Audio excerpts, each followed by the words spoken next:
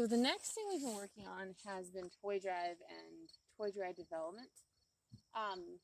So what we have been able to do, remarkably enough, is we've been able to graduate from the Flirt pole, which if you've seen my Flirt pole, as in the last video, all it is just a lens whip for horses, and it's got a dog toy at the end. And I find that relatively effective as far as Flirt pole work. So what we're going to do with him is now we've kind of graduated to, I'll get that real quick.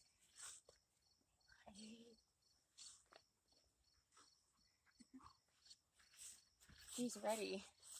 So what we have is a leather rag, and I actually got this from Michael Ellis's store. And what I like about it is it has a really good, strong, reinforced handle. And I actually just have a lund, well, not a lund line, but a lead line like you'd buy for horses. It's one of the ones with like the really reinforced brass, so it doesn't tumble apart quite as easily as maybe the sterling steel does, like the cheaper ones. So it's held up a lot. So that's all I have on here.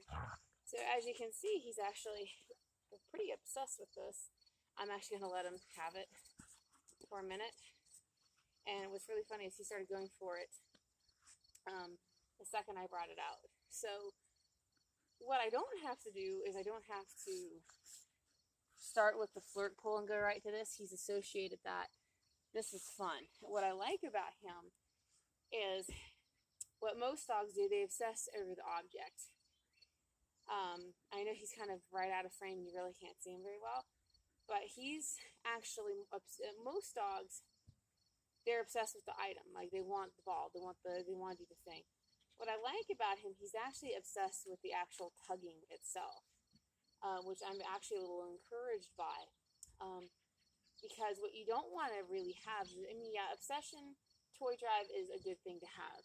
Don't get me wrong. It's an excellent thing to have, and if you have a dog that has it, you know, you are one of God's favorites. But to develop it can be done. It's just a little bit more difficult. But if they naturally have that driviness, God, you know, more power to you. But what I like about him is that he has it. He's chewing on a little bit, but he's actually waiting for me to start the game. So I'm going to backtrack a little bit.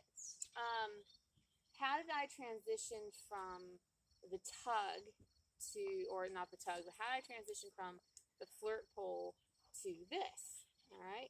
So again, what I'm betting on, what I'm counting on is that prey instinct, his desire to chase and pursue. So what I'm going to try to do, I'm going to try to demonstrate it for you guys. So if he's biting the wrong part, I want to encourage him to bite the correct part. So what I might do is I might have some food, and I might sneak in some snacks as a distractor. Okay.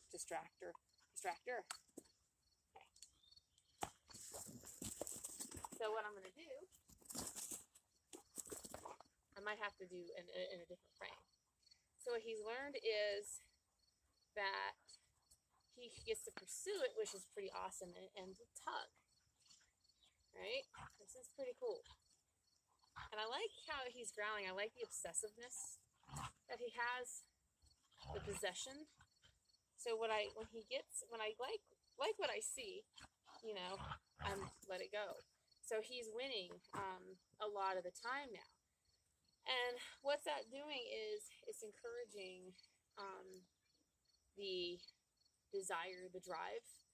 But what it's also doing is giving him a lot of confidence. Because remember, what we're trying to do with him is we're trying to build him up. And again, this isn't necessarily something that if you have pet dogs, you're trying to figure out pet dogs, it may not be something that you maybe need to apply. But I thought with him it would be interesting to document and then see how far we can take it. Because as a puppy, I thought he showed a lot of promise. So you see how he's grabbing onto the rope and tugging? I'm just going to come down here.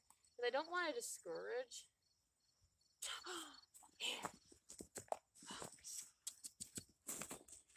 Yeah. to do now is we spent a lot of time with it on the ground and him catching it like he would if he was chasing small prey. So now I want to normalize actually having it higher and him grabbing it instead of, you know, having to have it in that prey. And so with a lot of dogs, I'm going to let that go for a second, let him take it over there.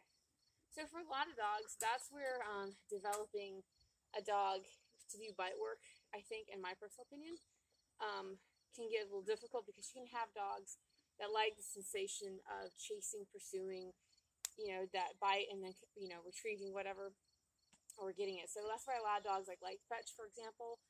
It simulates that to some extent. And a lot of dogs love the flirt pole, but they don't necessarily like the bite itself. So you want a dog, what I do like about him is he actually likes the tug. And he realizes, another reason why I give him breaks, and again, he's just right out of frame, you really can't see him, but he's lying down, he's got the tug, kind of in between his paws. But he's actually finding out there's not a lot of value to it without me. There's a lot more fun and a lot more value to it if I actually am utilizing it and I'm pulling it. So he's actually learning that if I pick it up, it's way more fun than if he doesn't. So you see how he's pulling here? Good boy. And it actually took him a very long time to get to the point where he would bite near me. Because, I mean, sometimes this is pressure. We don't often think of humans' intervention as pressure, but just doing that took him a while. So what we have done essentially is we've made this valuable, we've made this fun, we've made this fulfilling, and we have a dog that actually has bite drive, right? As you can tell, he has tug drive anyway, maybe not bite drive. I'm gonna let that go. So what's the next thing? How do we move up from that to this? So let's see if I can't see what's from him. He's like, no, you may not. I'm gonna pull it over here. So, good boy. So I like how he's actually trying to get a better grip himself. So what I might do is I might come with a cookie, give him that. I saw the teeth and I did not move fast enough. Do the same thing. So we'll see what he does. I'm going to disconnect this. Good boy. Yeah, good boy. Oh, good job. So what I'm going to do here is I'm going to put a hand on both sides, and I'm going to actually encourage this and go back and forth a little bit, like a figure eight. Shout out to Denise Fenzi and her high drive dog program. So I'm going to let it go. That seems like a bad idea, doesn't it? But we've gotten to the routine where before he'd run off or try to run off, and now he's understanding that, you know, there's more to the game than just running off with it. It's much more valuable if I have it. But no matter what we do, I do have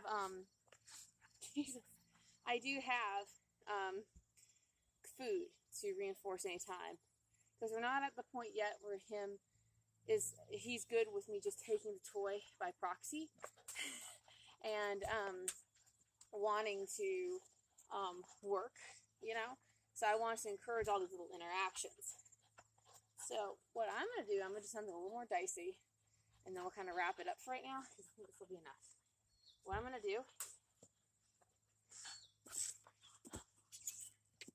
I'm going to encourage him.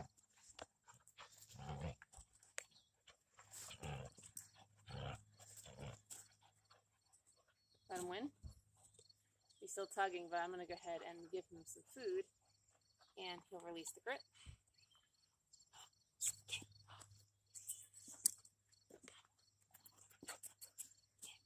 There you go. Good job. I like that. So you can see he's actually biting in the middle, and I'm actually slowly desensitizing him to me being close. All right. So what I might do towards the end here is I might take my hand, and then that's a great place to stop. Good job, buddy.